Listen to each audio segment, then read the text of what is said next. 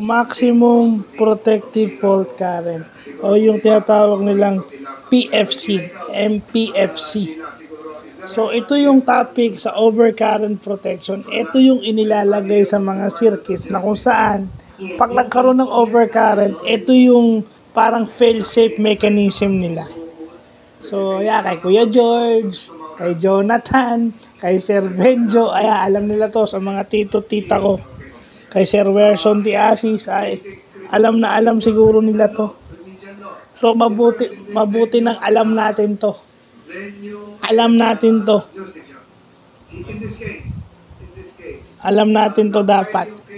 Kasi lahat ng device na ginagamit natin may circuit at lahat tayo may circuit breaker sa bahay. Ang circuit breaker natin merong protective fault current. May protective fault current lahat ng ginagamit natin. So, dapat meron tayong konting alam sa overcurrent protection. So, yun. MCB is a miniature circuit board. Yun yung rating ng miniature circuit board. So, magandang nalalaman natin yan. So, yun lang po.